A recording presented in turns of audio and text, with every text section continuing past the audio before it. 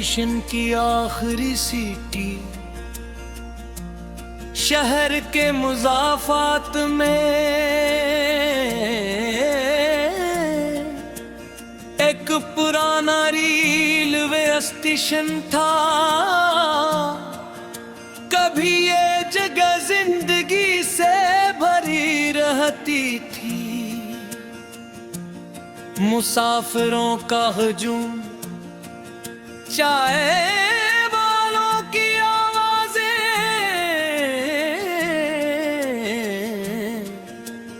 रख्सत होते लोगों की आंखों की नमी, और आने वालों के चेहरों की खुशी। ये सब उस स्टेशन की रोजमर्रा की कहानी का हिस्सा थे, मगर वक्त के साथ ही इत्तेफा और जदीद स्टेशन बन गया। ट्रेनें वहाँ मुंतकिल हो गई, मुसाफिर भी, और आहिस्ता आहिस्ता ये पुराना स्टेशन खामोश होता चला गया। अब यहाँ सिर्फ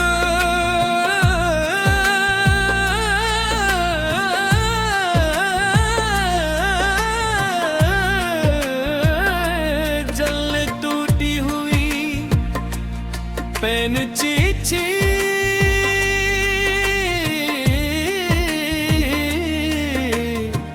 जंगालूद पटरियां थीं और वक्त की गर्द थी जो हर चीज पर जमी हुई महसूस होती थी। एक शाम में सवेरान स्टेशन पर पहुंच गया, आसमान पर बादलों की हल्की तह थी और सूरज गुरूब होने के करीब था। सुनारी रोशनी पुरानी इमारत की दीवारों पड़ रही थी और मुझे एक अजीब सी खूबसूरती दे रही थी। मैं आहिस्ता आहिस्ता प्लेटफार्म पर चलने लगा, मेरे कदमों की आवाज सुनसान फजा में गूंज रही थी। प्लेटफार्म के किनारे खड़े उतरने में दूर तक जाती हुई पटरियों को देखा। वो अफक की तरफ जा रही थे, जिसे किसी नामालूम मंजिल की तलाश में हूँ। मुझे हमेशा पटरियां पसंद रही हैं, क्योंकि वो एक अजीब सा सबक देती है, वो साथ साथ चलती है, करीब रहती है, मगर कभी एक दूसरे में गुम नहीं होते हैं। शायद मजबूत रिश्ते भी ऐसे ही होते हैं, गुर्बत के बावजूद अपनी शनाख्त बरकरार रखते हुए। मैं एक पुरानी बेंच पर बैठ गया, लकड़ी पर वक्त के निशानात वाज़ह थे।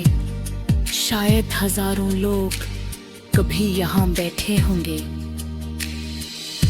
किसी ने अपने ख्वाबों के बारे में सोचा होगा, किसी ने जुदाई का गम महसूस किया होगा, और किसी ने नई मंजिल के लिए उम्मीद बांधी होगी।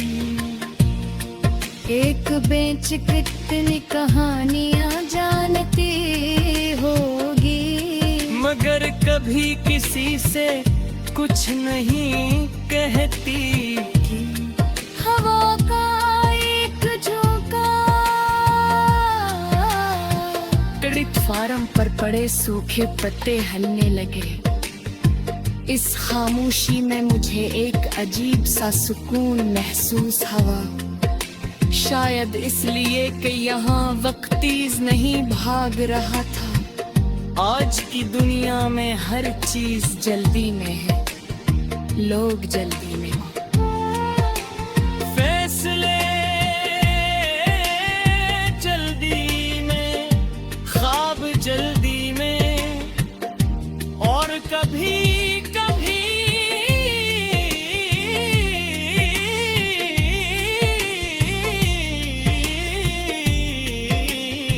जिंदगी भी जल्दी में गुजर जाती है। मगर ये स्टेशन जैसे वक्त को आहिस्ता जीने दी रात दे रहा था। मैं प्लेटफार्म के आखिरी सिरे तक चला गया। वहाँ एक पुराना सगन में लिखड़ा था वो। इसका रंग मांद पड़ चुका था, और लोहे पर जंग लग चुका था। मगर मैं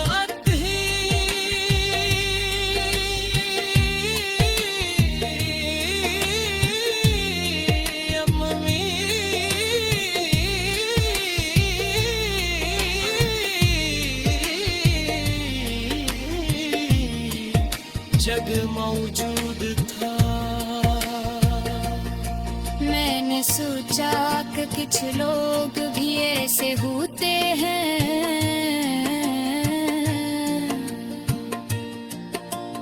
वक्त उन्हीं बदल देता है, उम्र उनके चेहरों पर अपने निशान छोड़ देती है। मगर उनके उसूल, उनका किरदार और उनकी वफादारी अपनी जगह कायम रहती है। इसी दौरान मुझे